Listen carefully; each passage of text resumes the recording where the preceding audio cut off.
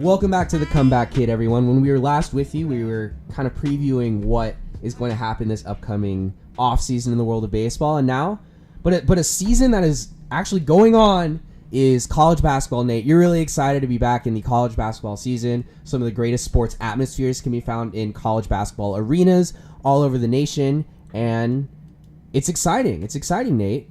Yeah, I absolutely love college basketball. Probably my second favorite sport behind soccer. I think it's absolutely the atmosphere, just the whole vibe of college basketball is tremendous. But really happy that the season is starting, and a couple key players that we need to be on the watch out for. Michael Porter Jr. of Missouri, absolutely tremendous player.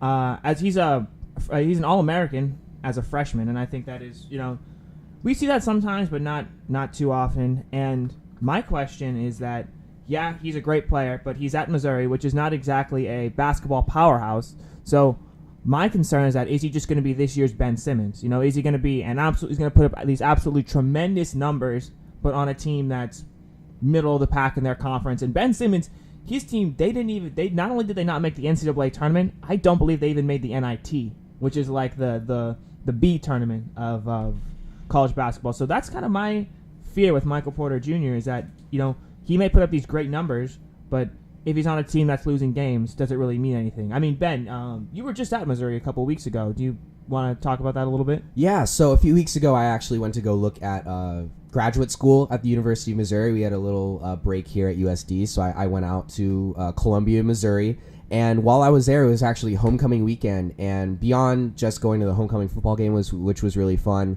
the basketball team, the season hadn't started yet. They put on a showcase for it was free, anyone could go. So me and my friend went to the showcase. There was a dunk contest, and I got to see Michael Porter Jr. firsthand just dunking on his teammates, which was wild. There was crazy fire in the stadium, and it got me really excited for what Mizzou is doing this year. They won their first game against Iowa State this past weekend pretty handily. Iowa State is a excellent program year in, year out, consistently in the top 20 or 30 in the nation. So that's somewhere where Missouri hasn't really been in the past few years. So getting a guy like him, he's born and raised in Columbia, Missouri, which I think is one reason why he chose to go to Mizzou, is more of a hometown pride kind of thing. But it definitely will be interesting to see if he ends up like Ben Simmons. But a player that probably won't end up like Michael Porter Jr. or Ben Simmons in the respect of making the national tournament is a player like Miles Bridges, who decided to go back to Michigan State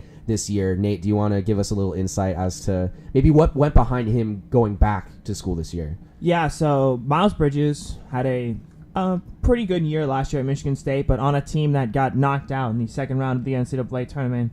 As an 8 seed, they lost to number 1 seed Kansas. And so a lot of people thought, all right, Miles Bridges, he's a surefire lottery pick. He's going to go to the NBA.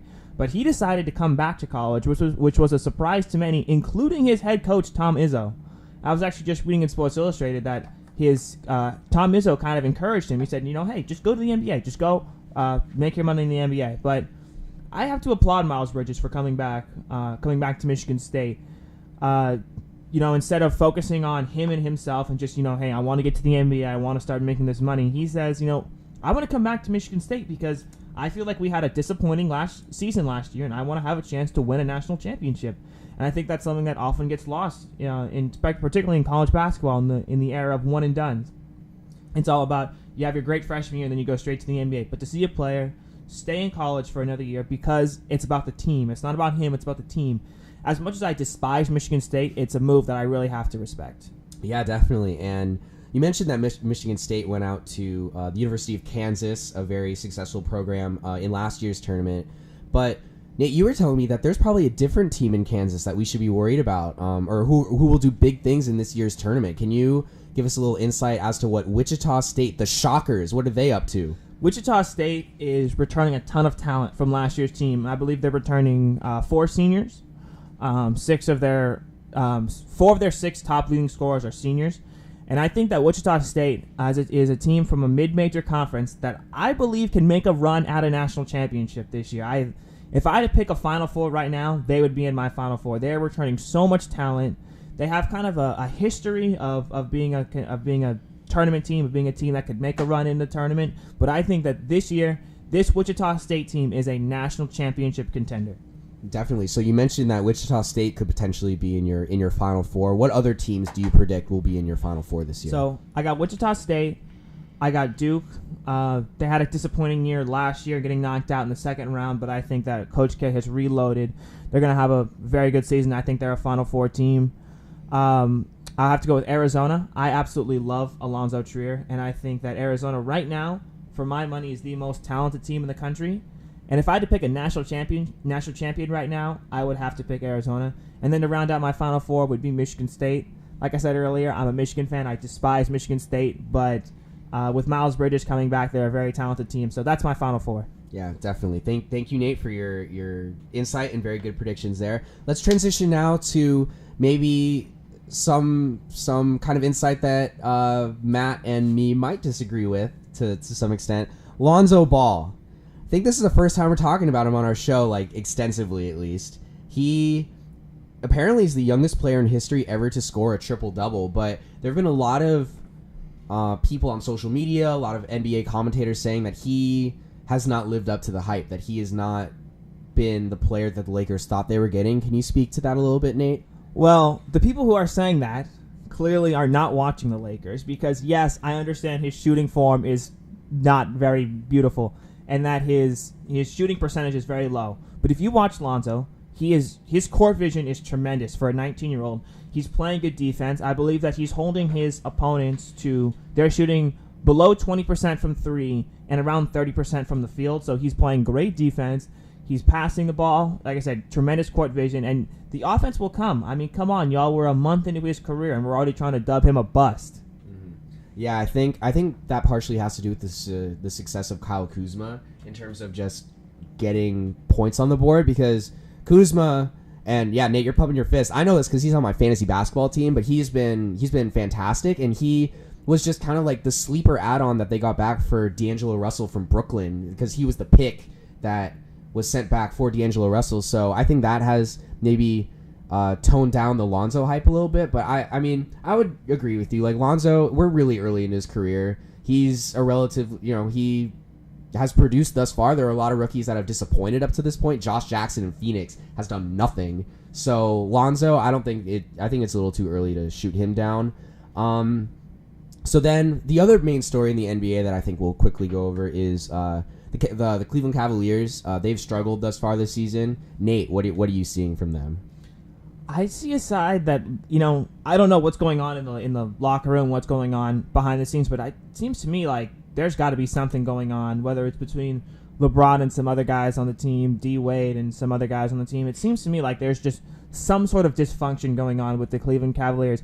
It makes me happy because every game the Cavs lose is more of a chance that LeBron's going to be leaving and coming to LA, but I think that there's got to be some sort of dysfunction going on in that organization. Yeah, definitely something. I think it could be Tyronn Lue. I mean, I just don't think he's an effective manager. Personally, as a Cavs fan, he just sits on the sideline with his mouth just agape and just standing there like, what the heck is going on? So I'm not convinced that he is a very strong manager or coach in the NBA, and I think that they could use someone maybe like Alvin Gentry coming into Cleveland to shake things up a little bit. So that could potentially be. I mean, obviously he still has a job in New Orleans, but if if New Orleans doesn't work out, he could be a guy that we could see in Cleveland potentially. So, yeah, college basketball's going, NBA's going. It's been good so far. It's been a very interesting start, especially for the Lakers this year with all the storylines surrounding. So, Matt, you've been anxiously waiting for this all episode. Who is riding the bus this week, Matt? Kevin Spacey. Oh my god. Ride the bus. Okay. We all know what's been going on with Kevin Spacey. I don't probably have to go into it in that much detail, but he's in the news for publicly being accused of sexually assaulting actor Anthony Rapp, who was 14 at the time of the alleged incident. I don't have to go into much detail on that. What it is it's disgusting, and it's something that we're seeing a lot in the Hollywood industry right now with Harvey Weinstein also, and now Louis C.K., and that's just sad too. The reason why I wanted to point this out is because The Florida Panthers have been tied to Kevin Spacey these last few days in the sports world. Not a lot of people realize this, but during the 2015-2016 playoff run, the Florida Panthers were seen during player interviews after the games wearing a blue hoodie called Spacey in Space, which was literally just a photo of Kevin Spacey in space, like his head in space. It was something that caught on, had a cult following. They could start. The team store started selling them, and players in the stand or people in the stands could wear them. Kevin Spacey was there for a promotional night where everyone got these Spacey masks, and then that's where the meme comes from, with him wearing the mask and taking it off. But Florida Panthers, what are you doing? You allowed this man into your life, and he treats you like this. He treats you like garbage, and I admire you guys for taking everything out of the stadium that would ever make you think of Kevin Spacey, but come on. Like, this is something that you're a professional sports organization. This isn't something you should allow. So Kevin Spacey and the Florida Panthers, ride the bus. Great stuff, Matt. Yes, again, we're not condoning Kevin Spacey's actions whatsoever. They are absolutely awful. I mean, it's just interesting how Kevin Spacey just somehow tied to sports in a weird, interesting way. And it was, Florida Panthers, come on, just get it together. So, I think real quickly, Nate, what's going on here at USD? What are the Athletics doing over the next few weeks, and kind of what kind of results have we seen from the Toreros? Well, we've been seeing some great results, particularly this past weekend. Starting off in football with a 63-7 win over Davidson, and that win clinched the Pioneer Football League title and gave USD an automatic berth in the FCS playoffs. So that is great. This is now back-to-back playoff berths. Some really exciting stuff going on with football. In volleyball has now won 11 in a row and has swept 10 out of their last 11 with a sweep over Gonzaga on Saturday. Volleyball absolutely flying high right now, ranked 12th in the nation and about to get ready for the NCAA tournament. In basketball, the season started yesterday, and it was probably the best performance I've ever seen from Lamont Smith's side with a 81-64 win over San Jose State. And just to put things into perspective, the halftime score was 51-29, so they absolutely steamrolled them. They have this new transfer, Isaiah Wright, who's had 22 points, I think 9 rebounds, 7 assists yesterday. I'm pretty sure those were his numbers. He had an absolutely tremendous game. The home opener this Wednesday night at 7 o'clock against Robert Morris. Y'all should come out. It's gonna be a fun game and get a chance to see this kind of reloaded USD side that I personally think has a very bright future. Yeah, that's definitely exciting, especially with some of the disappointment we've often faced with the basketball team over the few years. So it's exciting that we've gotten off to this great start. Transitioning now back to professional sports. What are you guys watching this upcoming week in the world of professional sports? Well, actually, I'm going to be watching college sports. That's right. Tomorrow night is the State Farm's Champions Classic, and it is a couple college basketball games, and the two games are number 1 Duke against number 2 Michigan State, and number 4 Kansas against number 5 Kentucky. It's going to be a tremendous night of college basketball. I cannot wait. Matt, what are you looking forward to? I'm going to be watching Man City versus Leicester City. Man City obviously on a torrid start to this season. I don't think there's any team that can compare right now. What are you watching, Ben?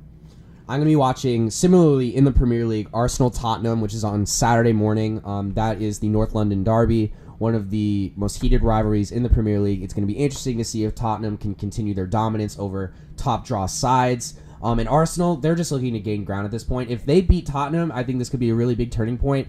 Not that optimistic that we can do that. However, it would be amazing. So that's it from us here on this edition of The Comeback Kid. Matt and I have to get to class, so we really need to start getting going here. So check us out at USD Comeback on Twitter and Facebook, or search The Comeback Kid, and give us a listen on SoundCloud at soundcloud.com/ComebackKidUSD.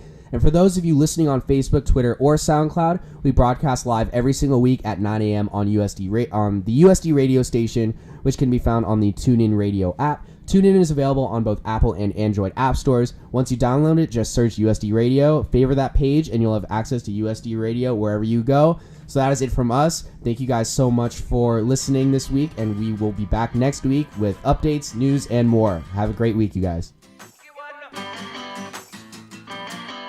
I was walking down the street when out the corner of my eye I saw a pretty little thing approaching me. She said, I never seen a man who looks so all alone. Could you use a little